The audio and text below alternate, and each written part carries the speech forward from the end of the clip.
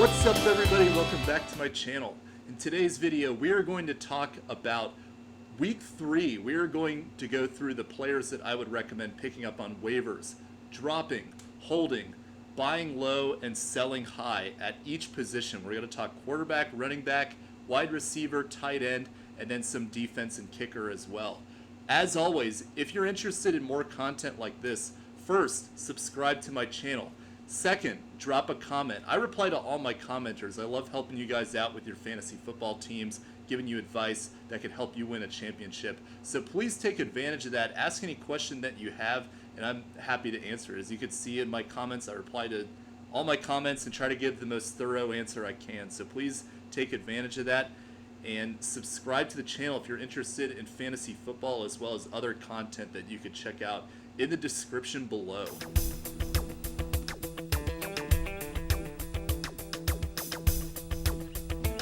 Alright, so we will get into our week 3 preview. I'm going to be talking the best players to pick up on waivers, drops, holds, buy low and sell high at every position. And we will start with the quarterback. The quarterback was probably the most injured position in week 2, and there were some very unfortunate injuries that I will talk about the long-term consequences of. But first I want to give you my number 1 pickup on the waiver wire, and it is Daniel Jones. Believe it or not, Daniel Jones is currently ranked as a top 5 quarterback on the season. I believe his season rank currently is number 2 in ESPN leagues, which is crazy. I don't know if it's sustainable at this rate, but I am very encouraged by what I saw against the Denver Broncos defense from Daniel Jones. He's finally, seemingly with this new system with Shane Steichen, he's seemingly finding a way to use both his mobility and limit his mistakes in a way that they just could not unlock with him in New York. So perhaps, he's a similar type of, dual threat quarterback as Jalen Hurts, which we saw Steichen have success in the past. Maybe it's working this time. And one of the things I do like about Daniel Jones, also in terms of his schedule, is that considering he's playing the AFC South, he is playing Tennessee twice, including once this next week in week 3. And he also gets Jacksonville twice, which just allowed Jake Browning to have a game-winning comeback and be pretty relevant in fantasy himself. So all that being said, the schedule is relatively more favorable for the Colts than a lot of these other teams where you have some tough defenses and some competitive games. Daniel Jones, at his current rate, should be serviceable rest of season, and I like him as somebody that could be in the top 12, the top 15 range to close the season. So especially if you're in 2 quarterback leagues, he's a must-add. But if you are in a position where you had Joe Burrow, you're looking for a replacement, this is the best one, in my opinion, that you can get. Another one of interest to me is Joe Burrow's handcuff, Jake Browning. He is my number 2 pickup, and this is more of a long-term play than a short-term play. Next week they get Minnesota, not a great matchup necessarily, but Jake Browning has been very successful in his short time as a fantasy relevant player in Cincinnati. And he, despite his 3 interceptions, he was still pretty effective this past week. One of the things that I like about him is his rapport in that system. He's been around Cincinnati for quite a while. He knows the offense, and he can pretty much step in right away and get the receivers plenty involved. I'll talk about how this affects Chase in a little bit. But unfortunately, Joe Burrow looks like he's going to be out for quite a long time. And if you want to go for a guy that can replicate at least some of what he does and hopefully give you the points as well, it would be Jake Browning. Keep in mind, Jake Browning, when he did play a lot in 2023 when he was replacing Burrow, remember Burrow had that wrist injury and then was pretty much out from November and December to close that season. He was still serviceable as well, and he had several weeks in which he was a top 10 quarterback. So Jake Browning, I do think, will be serviceable enough for you. He's not quite somebody that I like with the upside of Daniel Jones potentially, but still, if you're looking for a Burrow replacement, that's one of the better options that you have. And, this is true for those replacing Joe Burrow. J.J. McCarthy, it looks like he's going to be out for a little bit as well with a high ankle sprain. Brock Purdy's turf toe. And then Jayden Daniels, hopefully he does not miss time, but he is currently questionable as well. These are 2 good replacements to look at. Who are some other ones? Russell Wilson, number 2 quarterback on the week. Aside from that awful interception at the end of that game against the Cowboys, he was excellent. And he gets the Chiefs this week, which is not a great matchup necessarily that I would want to use Russell Wilson as somebody I'd want to play, but this is a good opportunity to use him as trade bait, potentially. I'll talk about that in a little bit.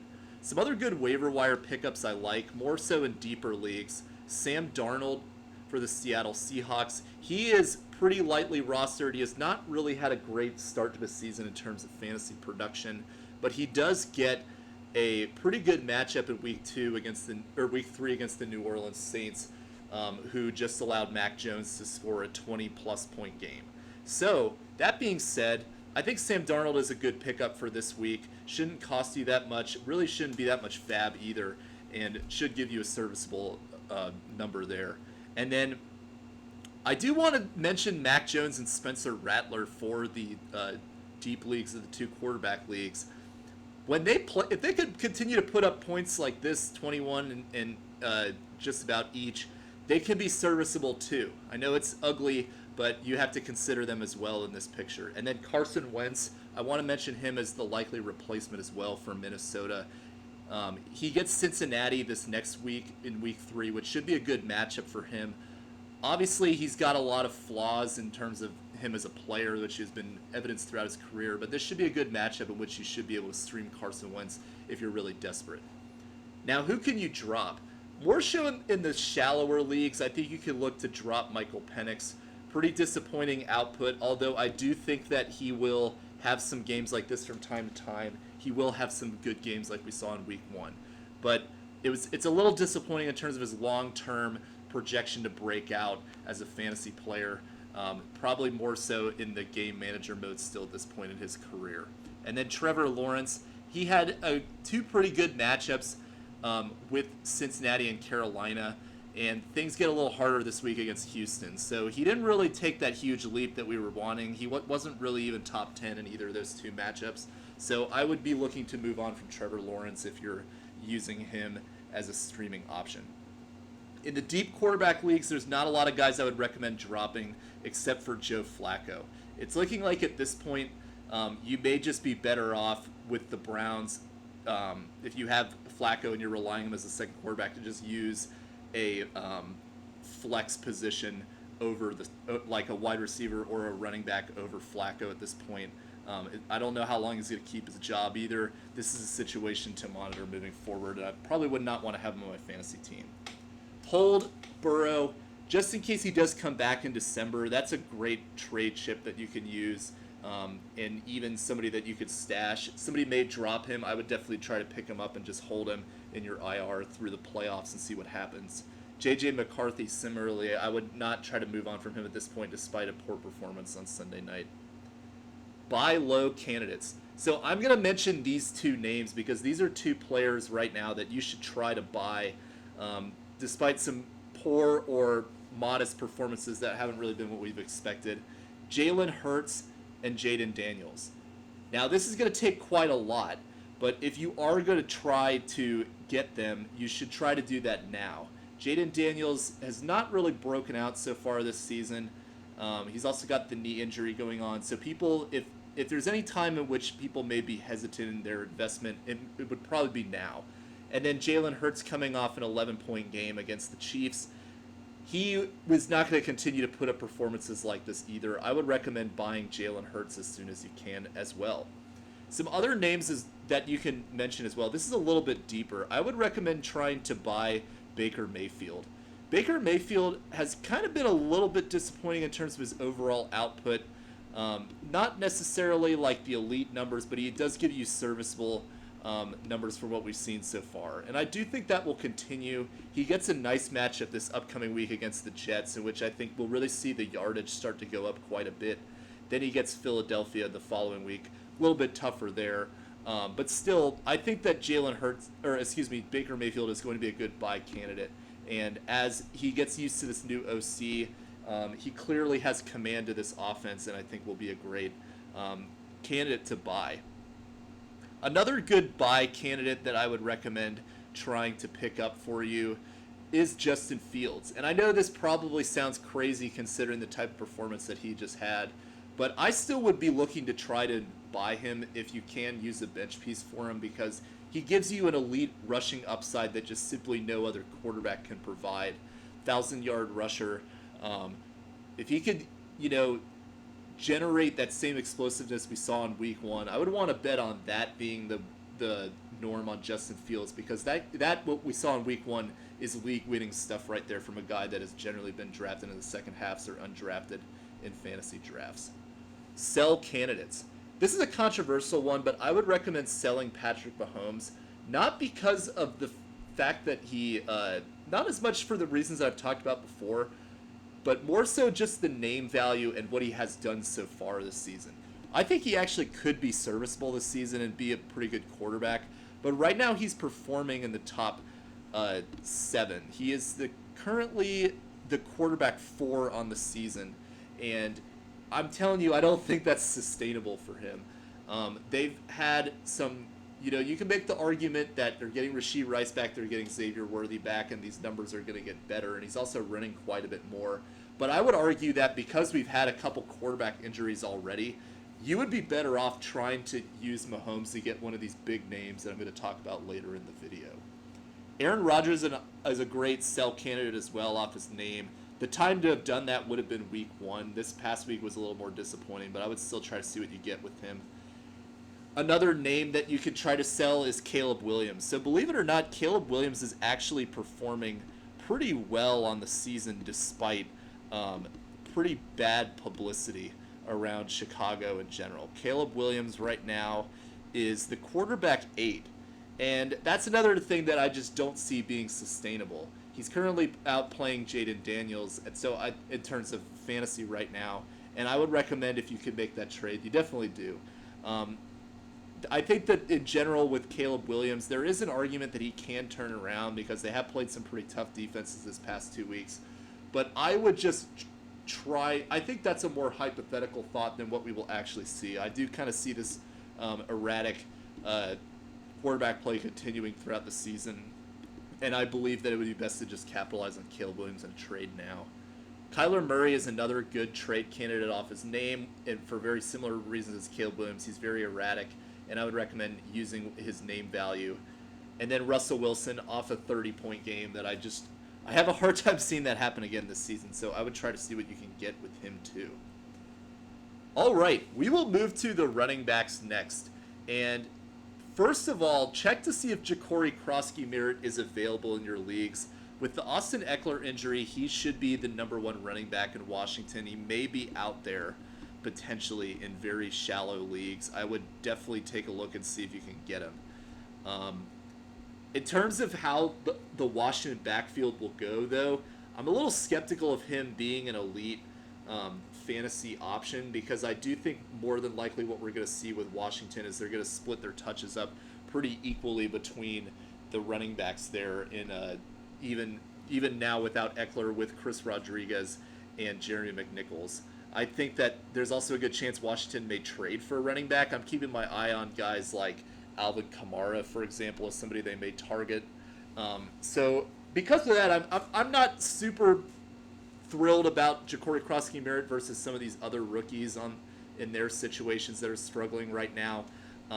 But still, he should be rostered in all leagues, and he's definitely a great value right now. The number 1 pickup, if he is available to me, is Jordan Mason. This is because of Aaron Jones' hamstring injury. There is a real shot that you can get Jordan Mason on waivers, and if he is there, then he would be the top pickup of the week, in my opinion. Unless you're in a 2-quarterback league, then it would probably be Daniel Jones. But in the regular like common formats, Jordan Mason would be the top pickup for me.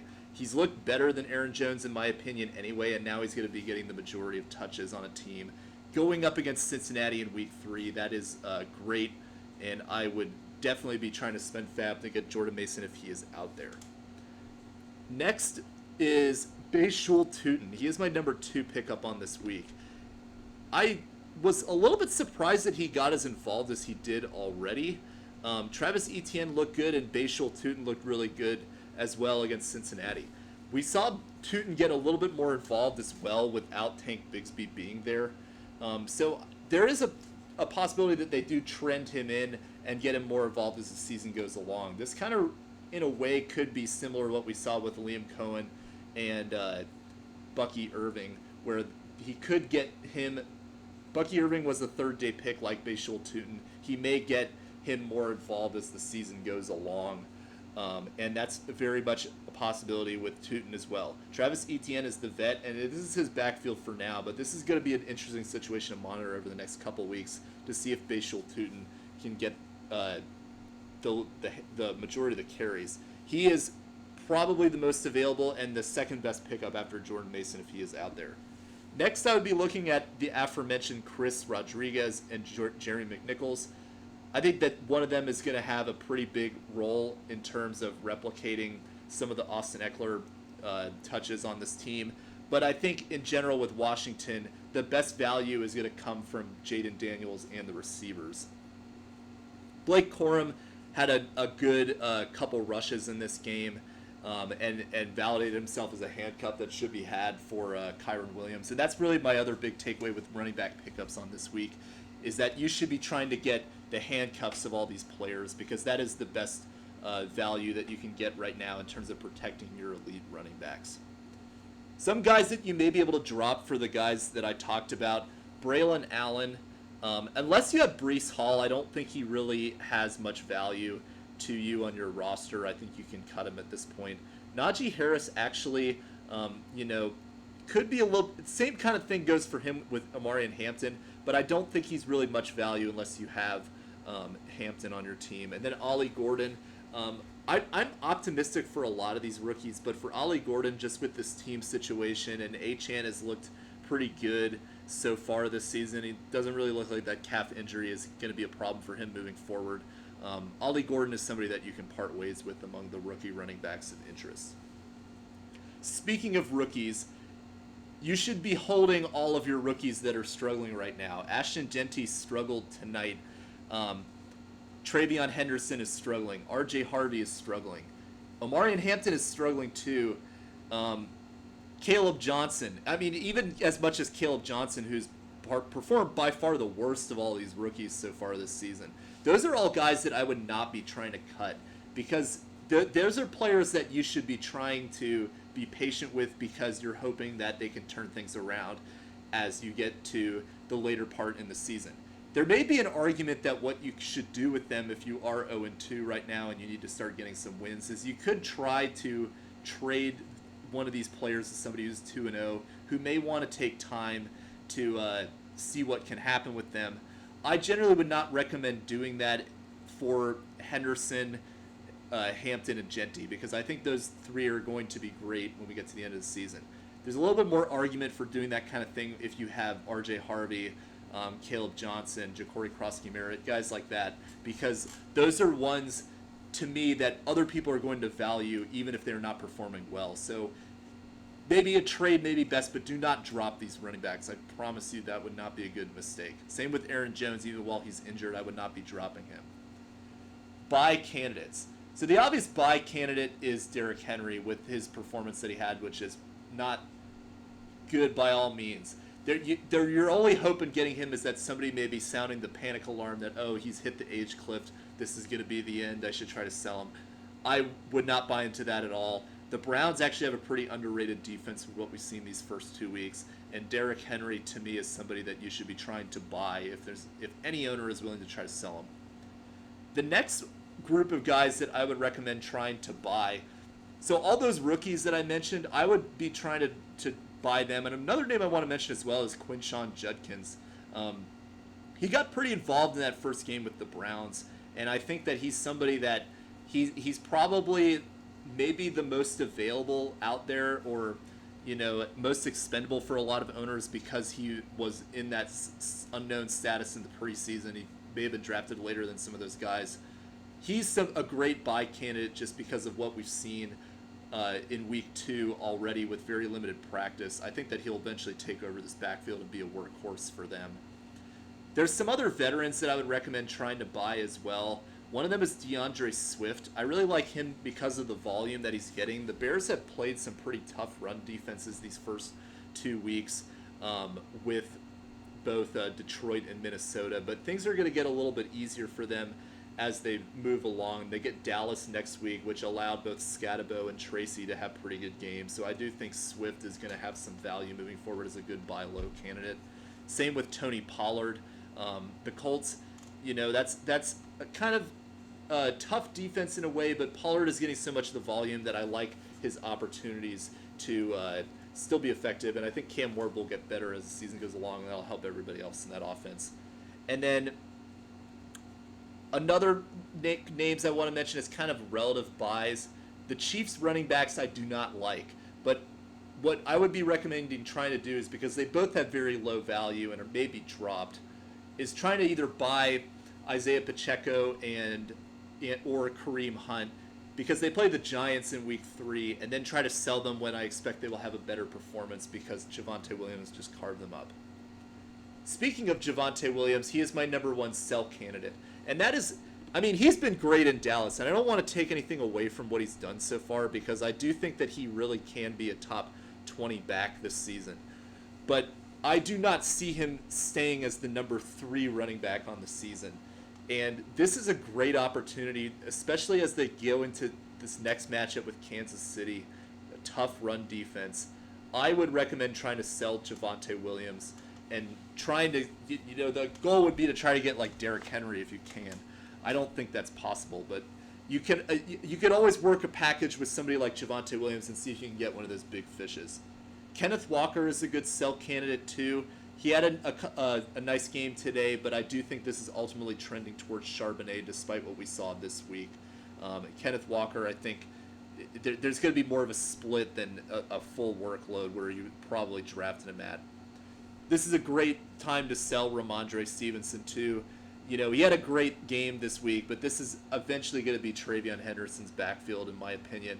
And this is probably the best Ramondre Stevenson game we're going to get on this season. Jalen Warren is a good sell candidate just simply because he is performing pretty well right now. But Caleb Johnson is there, although he's not really proven himself right now. But Jalen, I would just prefer to lock in somebody that I know is going to be getting a lot of carries versus Warren, who is involved but kind of has a ceiling to some degree, which is probably what we're seeing right now. And then Nick Chubb, great story, but especially after getting the touchdown tonight, I would recommend this is a good time to try to sell him too. Wide receivers. There are 3 pretty good wide receivers on waivers that I don't really love necessarily, but are good flex candidates that you can plug in. And the first one that I like the most is Wan'Dale Robinson. I've mentioned him a couple times on my under 40% rostered videos. He is great as a PPR floor player, and as we saw today, he can be a top 5 wide receiver on the week. He was the number 5 receiver, and he's currently on the season the number 8. That is not sustainable to me, and obviously for that reason he is a great trade candidate. But still, he's 29.9% rostered ESPN leagues, and if he's out there, then he would be a must-add to me. He would be the top wide receiver, simply because this team does not have anybody else stepping up after Malik Neighbors. And Wan'Dale Robinson is good enough that he can command his own coverage and get tons of targets to make himself valuable as well. We look at his numbers from these past 2 games. He got 8 targets in week 1, 6 for 55, and then 10 targets, which is probably more impressive to me than the yards and receptions that he got. 8 for 142 and 1. I think that, if he could find ways to keep doing this, he's got some tough matchups the next 2 weeks with Kansas City and the Chargers, but this is somebody that should definitely be rostered and is in flex consideration until he proves that he's not there. I would definitely want to have him in my flex. Next, we have Troy Franklin of the Broncos. This performance was definitely the best that we've seen from Troy Franklin in his career. Remember, he played college with Bo Nix. He got 9 targets in this game. That's excellent. 8 for 89 and a touchdown. He significantly played better than Cortland Sutton, which I'll talk about in a moment. But I don't know if this is really the trend we'll see moving forward, or if he's truly taking over as the wide receiver 1. But this is somebody that should definitely be rostered, and I think with that Broncos offense, they're going to get more into sync, and I think that he is a great candidate to pick up on waivers. Third for me would be Hunter Renfrow. He had a 2 touchdown game, which is I'm very happy for him personally because he fell out of the league. Now he's back in it, and he's got a great opportunity here in Carolina. 9 targets, 7 for 48.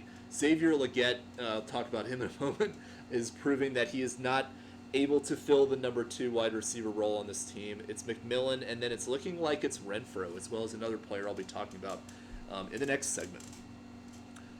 A fourth guy to look at, more so in the deep leagues, but probably a cheaper investment, is Devontae Walker. This is a young receiver. I believe he's in his 2nd season in Baltimore. He had another great game in this one where he had 2 touchdowns, I believe, as well. Let me double check. Yes, he did. He was 2 for 26. And he had 2 targets. Now, this is a little bit more like, you don't want to be chasing numbers like this. This is the type of thing that like a lot of tight ends will fool you with when it's just 2 targets and 2 touchdowns, like the Alec Pierce type game. But still, this is another team where Mark Andrews is kind of fading out of the picture. Zay Flowers is the one. And then it's an argument between Walker and Hopkins right now between who is the number 2 on that team. This is an explosive offense, and if Walker can continue to put up numbers like this, he will become a relevant player. He's interesting because of his position right now, but I don't love him as much as the other first 3 that I mentioned. A 5th name I want to bring up is Torrey Horton for the Seattle Seahawks. Got a touchdown this week. We saw pretty good performances from Cooper Kupp as well as JSN as usual. Horton is stepping up as the 3rd receiver here, and if they can get the ball moving a little bit more in the passing game like we saw this week, he could become relevant too. More so in deep leagues, but a rookie I'm definitely keeping my eye on.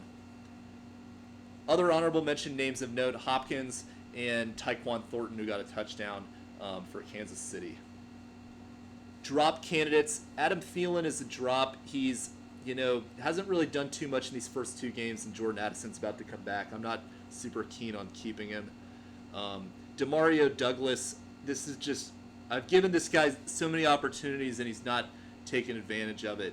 To me, it's more Boutte and Stephon Diggs at this point. I'd be moving on from Douglas. Luther Burden as well in Chicago. He's just not giving you the production for where he was drafted.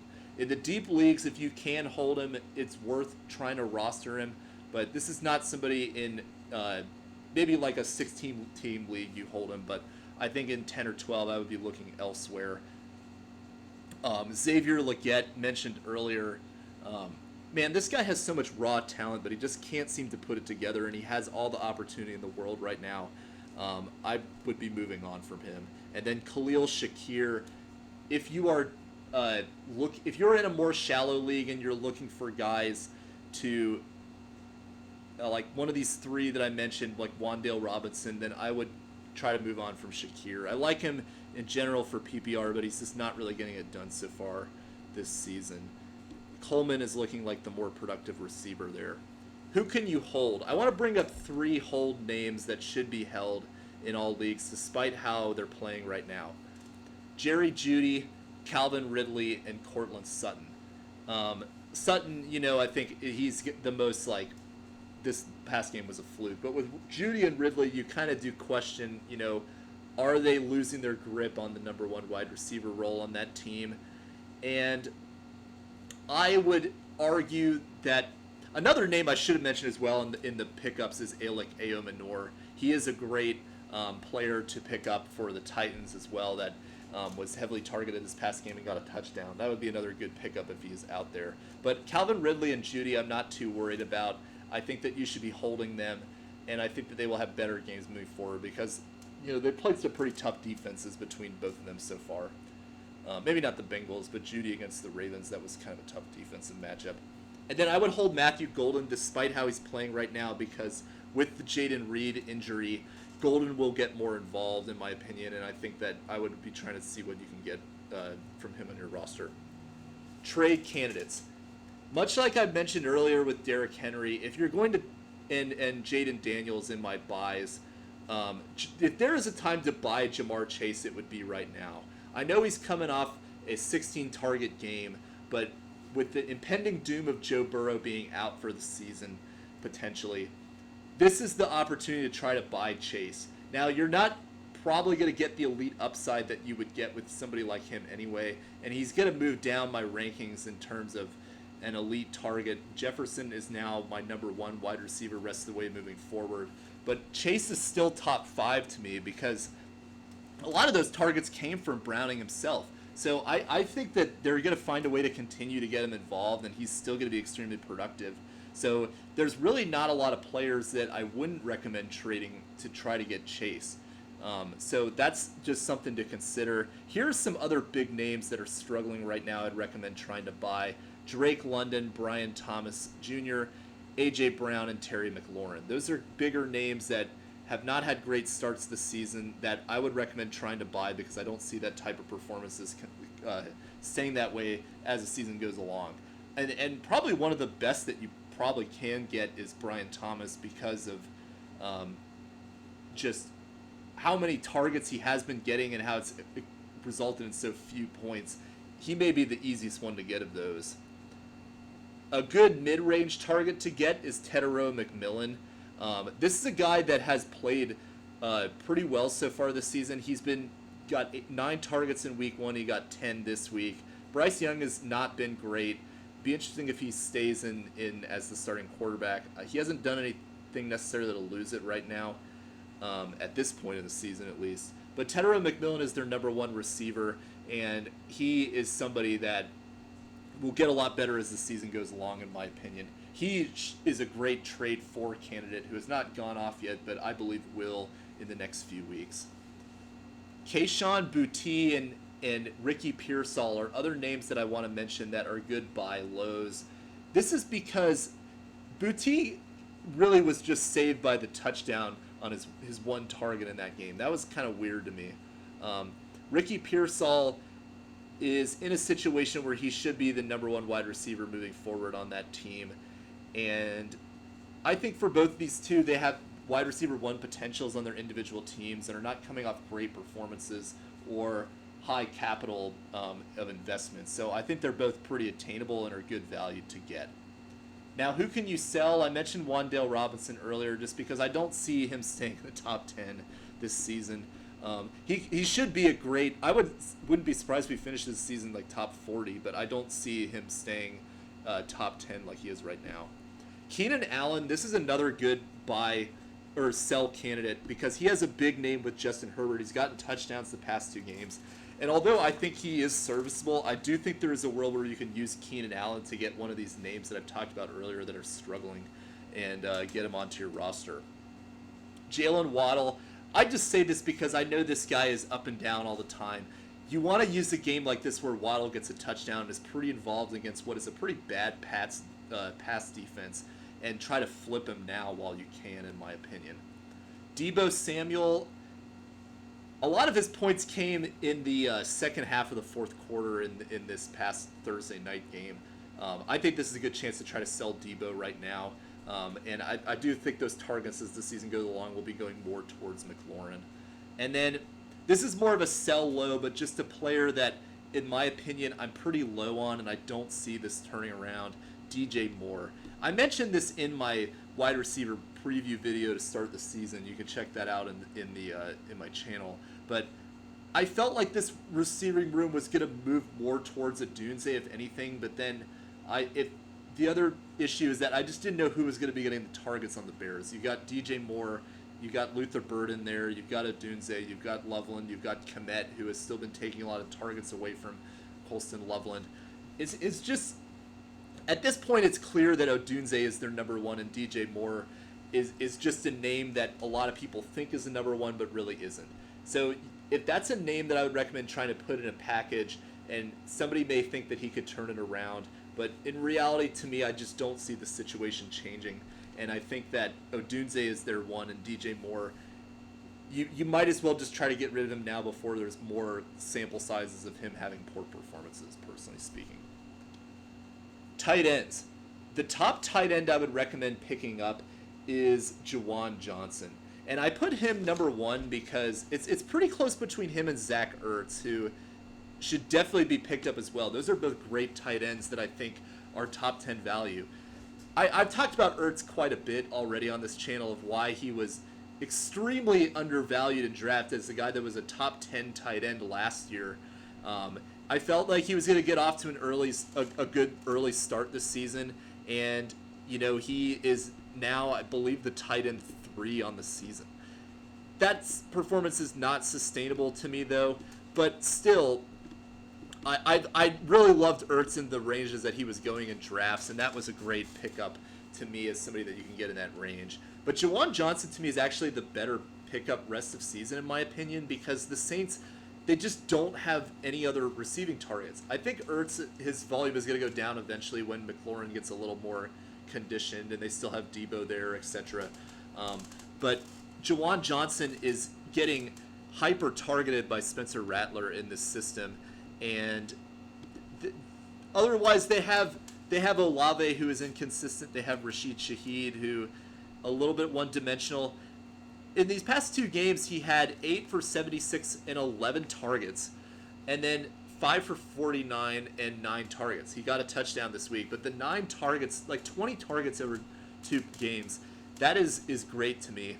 I think Juwan Johnson is going to have a very consistent role in this team moving forward and will be a serviceable tight end for you. Both of them are great pickups, though. I don't want to take away one or the other. I just feel like Ertz's value may go down a little bit just because eventually I think he will fill a role as a third receiver on this team. Harold Fannin is still interesting. At this point, I think he is taking over Njoku's job at the tight end position in Cleveland, and I am very optimistic about how the rest of the season will go for him.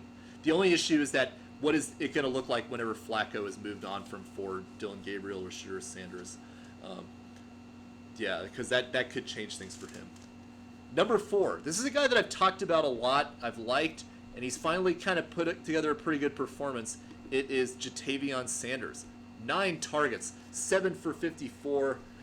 Best performance of his career so far. And this Panthers team needs second options other than McMillan.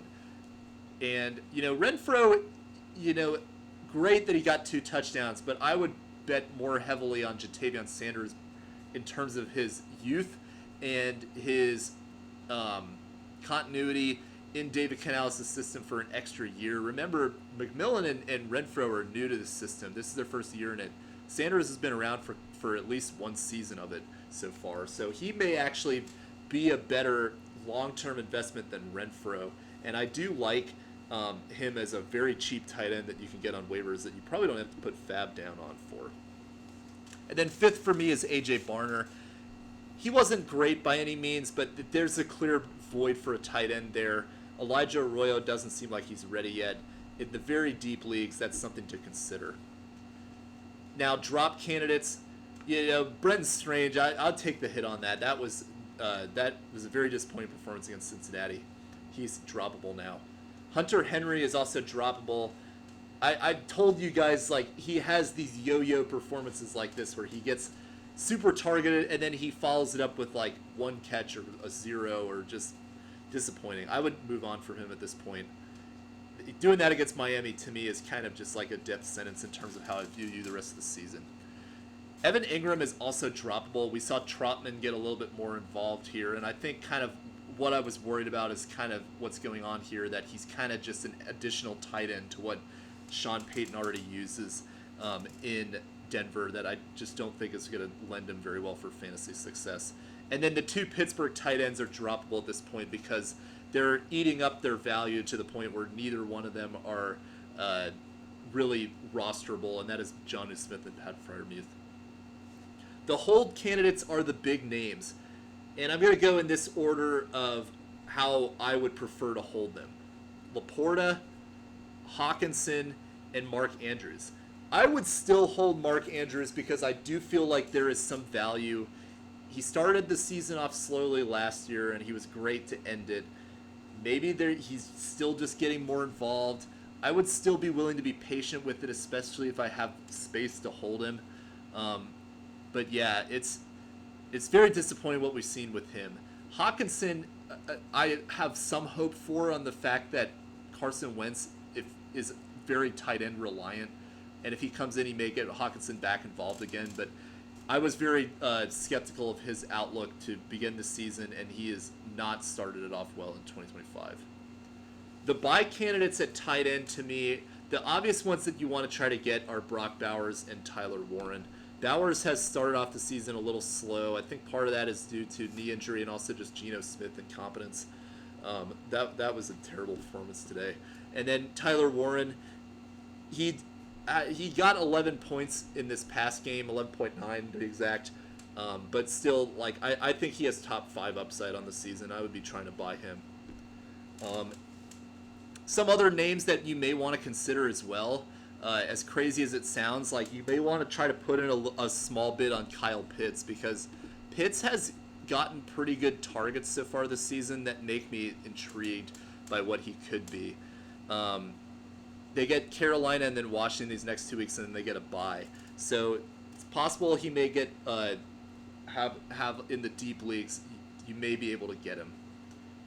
Sell candidates. So Tucker Kraft has played great so far, but I do not see number 1 tight end on the season rest of the way. Green Bay has so many mouths to feed in that system, and he's looked like their best receiving option so far, but I would not be surprised if this eventually kind of tilts back more towards the receivers or more towards Josh Jacobs' hyper involvement when the games get cold and they're playing in the snow.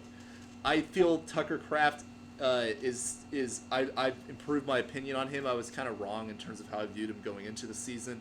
I see him as a top 10 tight end the rest of the way, but again, if you could use him to get Warren, then I would definitely do that, personally speaking.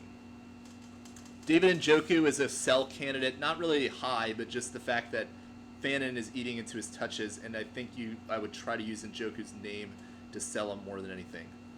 Travis Kelce, off his name, I talked about him in the last video of why he should be sold. Just more of a name than anything. And then same with Laporta.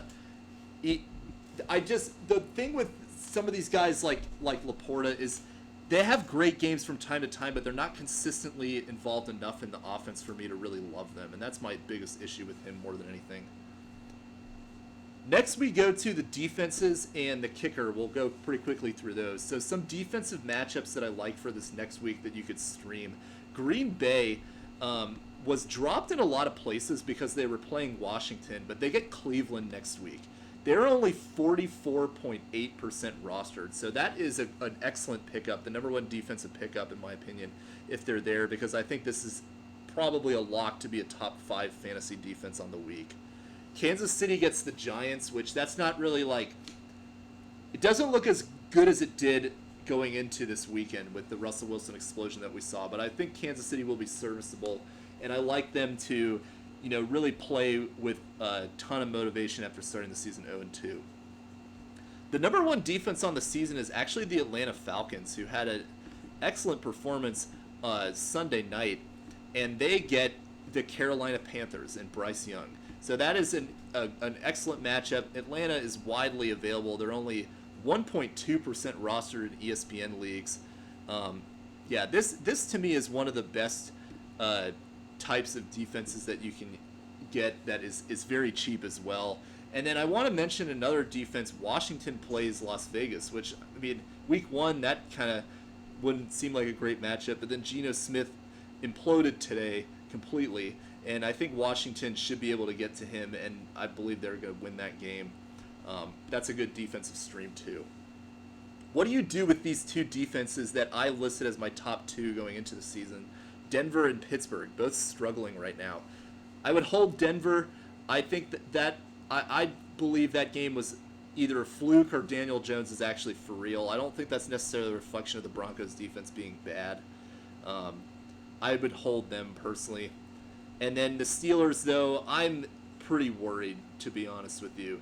They looked bad against the Jets and the Seahawks. Those are not great offenses. They still have to play Baltimore twice.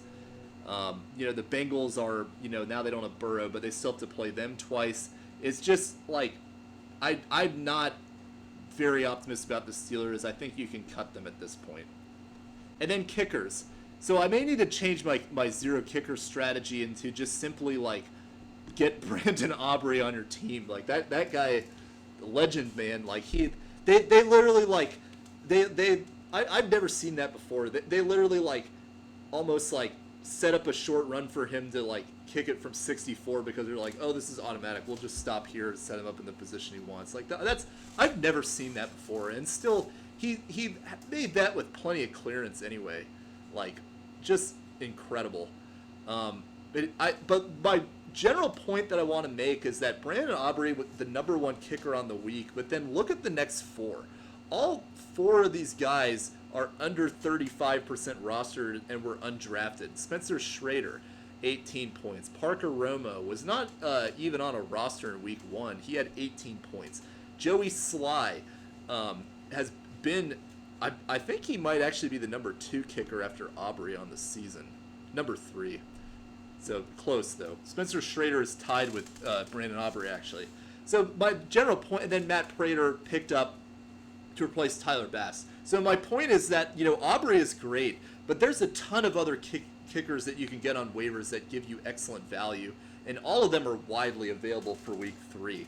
And a lot of them have great matchups, too, like both Schrader and Sly in that game against each other. I think they'll be serviceable. Prater gets another good matchup this upcoming week against the Dolphins. Like, there are just a lot of great kicking options on waivers, so my takeaway is still going to be, like, wait to get a kicker is what I would prefer to do, but Aubrey is really making it to the point of, like, you may want to actually reach for this guy because he is incredible. It's crazy. He actually backs up his hype, unlike Justin Tucker. All right. Well, that's all that I've got for this video, so if you're interested in more content, please subscribe and drop a comment. Like I said earlier, I reply to all my commenters, so please take advantage of that. Hope you have a good week 3 waivers and a great rest of your week. We'll talk to you guys soon. Bye.